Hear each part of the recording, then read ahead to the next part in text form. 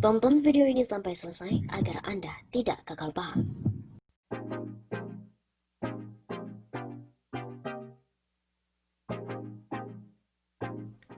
Seorang dokter memposting foto Fir'aun hasil reka ulang.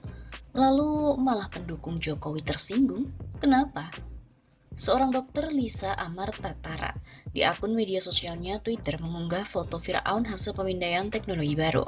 Hasil reka ulang wajah Fir'aun setelah pemindaian, kekagumanku bukan pada teknologi sehingga dapat menghasilkan gambar ini, tapi pada firmannya yang jelas berbicara tentang sosok Tagut ini. Begitu kata @Lisa Amartatara 3 yang memposting gambar tersebut di Twitter pada hari Rabu 26 Agustus. Dr. Lisa pun lalu menyitir ayat Al-Quran tentang jasad Fir'aun. Maka pada hari ini kami selamatkan badanmu supaya kamu dapat menjadi pelajaran bagi orang-orang yang datang sesudahmu. Dan sesungguhnya kebanyakan dari manusia lengah dari tanda-tanda kekuasaan kami. Quran Surat Yunus 92. Unggahan Dr. Lisa ini hanya soal Fir'aun dan tidak menyinggung siapa-siapa. Tapi kenapa pendukung Jokowi merasa tersinggung dan menuding postingan tersebut penuh kedengkian dan olok-olok kepada Jokowi? Hidup penuh kedengkian akibat kegagalan dirinya sendiri. Alih-alih menggunakan firman Allah Subhanahu wa Ta'ala untuk kebaikan, malahan menggunakan untuk mengolok-olok seorang pemimpin rakyat ciptaannya. Kiranya Allah mengampuni Dr. Lisa. Amin. Kicau Setiajid de Santosa @Setiajid. Lah, netizen lain pun bertanya, yang mana kalimat atau tulisan Dr. Lisa yang menyinggung ataupun mengolok-olok Jokowi? Yang mana ya yang mengolok-olok? Bisa tunjukkan? Begitu tanya netizen @Rangsimabua. Itu foto Fir'aun Ramses II dianalogikan dengan Presiden Jokowi. Jawab Setiajid 2. Lah, siapa yang menganalogikan Fir'aun dengan Jokowi? Saya rasa para pendukung Fir'aun lebih berhak untuk tersinggung kalau Fir'aun disamain dengan Jokowi. Fir'aun itu keturunan diraja, bukan tukang mebel. Maaf sih kalau terasa. Komen akun @JohnnyKentang. Kemudian ada pula komentar dari Hizbul Watan. Saya sudah melihat tweet Dr. Lisa Amartatara ini. Tadi malam, saya malah tidak kepikiran beliau menyinggung atau menyindir pemimpin kita saat ini. Anda malah menganalogikan demikian. Namun dalam berita-berita sebelumnya pernah viral pula foto Jokowi diedit mirip dengan mumi Fir'aun. Salah seorang pengguna Facebook viral, akun yang bernama Aida Konveksi ini memposting gambar Presiden Joko Widodo sebagai mumi. Informasi yang dihimpun pemilik akun tersebut merupakan warga Blitar. Setelah ditelusuri, dari keterangannya akun tersebut memiliki butik malang di Jalan Batarana Barat, Kalipucung, Sanan Kulon, Blitar. Dalam postingannya ia menggambarkan Jokowi sebagai mumi. Ia juga menambah keterangan Jokowi sebagai Fir'aun the New Fir'aun. Sejumlah netizen ikut memviralkan unggahan dugaan penghinaan tersebut, seperti terlihat dari akun Instagram yang menuliskan sudah memperingatkan yang bersangkutan. Namun Aida Konvensi malah memblokir WhatsApp admin dari info seputaran Blitar. Sementara itu dilansir dari Okezone, kepolisian pun bergerak cepat dengan menangkap pemilik akun tersebut. Kasat Reskrim Polres Blitar Kota AKP Heri Sugiono membenarkan adanya dugaan tindak pidana usai dilakukan cyber patrol oleh anggotanya.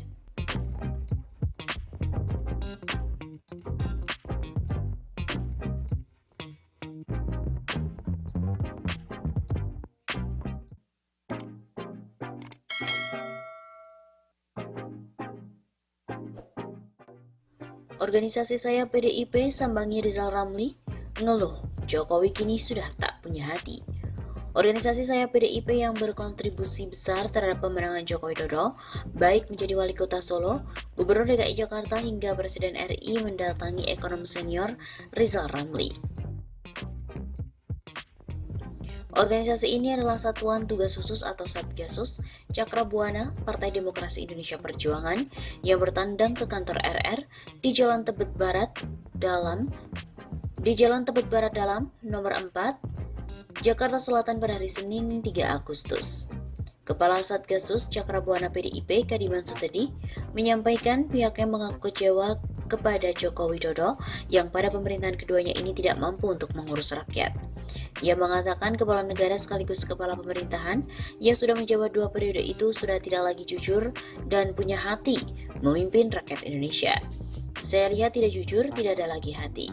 Urus rakyat bukan hanya cukup pintar saja, tapi harus pakai hati. Tegas sosok yang akrab disapa Yongki ini di hadapan RR. Di tengah krisis kesehatan pandemik virus corona baru COVID-19 saat ini, lanjut Yongki, pemerintah tidak lagi mendahulukan kepentingan rakyat kecil yang sudah mulai terdampak ekonominya. Sebab Jokowi beserta jajarannya hanya memberikan sembako yang praktiknya tidak merata. Hari ini rakyat butuh diurus pakai hati, bukan sembako aja dikasih yang nggak bisa makan. Bahkan yang sangat menyedihkan, masyarakat datang ke saya, sedih, kenapa bangsa ini jadi begini? Dalam pertemuan tersebut, Yongki membawa puluhan personel Satgas Cakra Buana PDIP dan juga menyampaikan keluh kesahnya kepada RR terkait penanganan COVID-19 yang dikerjakan pemerintah hingga hari ini. Bahkan dalam pertemuan tersebut hadir pula Laskar Betawi yang juga merasakan dan menyampaikan hal yang serupa dengan Satgas Cakra Buana PDIP.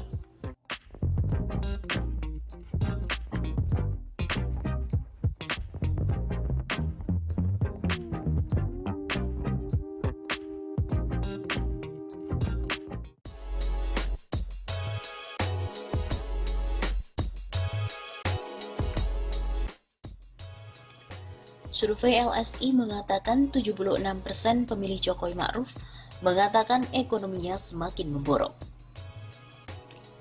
Perekonomian masyarakat Indonesia anjlok lantaran pandemi COVID-19, terutama bagi warga yang berada di zona merah. Hal itu terungkap dalam sebuah hasil riset yang dilakukan oleh LSI DenijA.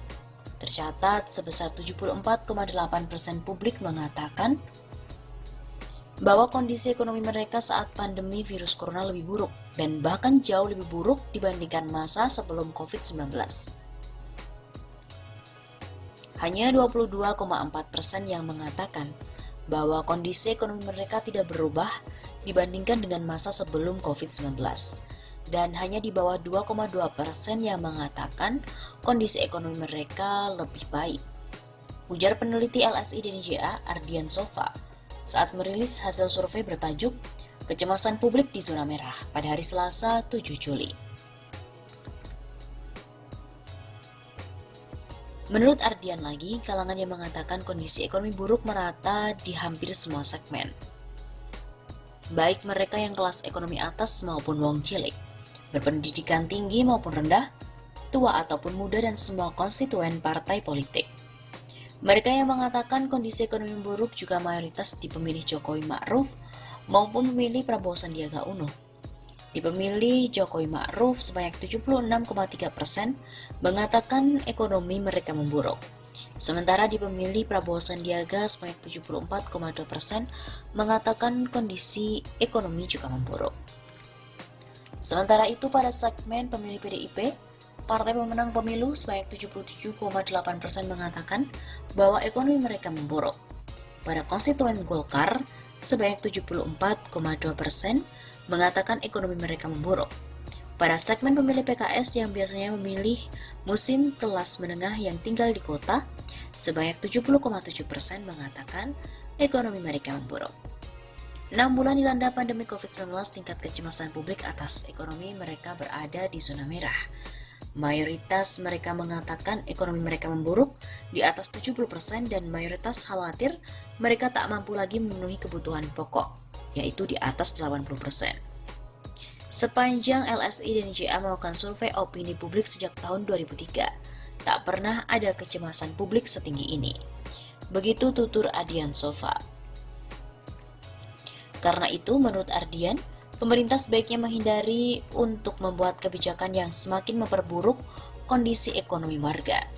Kondisi masyarakat saat ini ibarat rumput kering yang mudah terbakar, sebab persepsi publik berpotensi mengubah krisis kesehatan menjadi krisis sosial dan politik.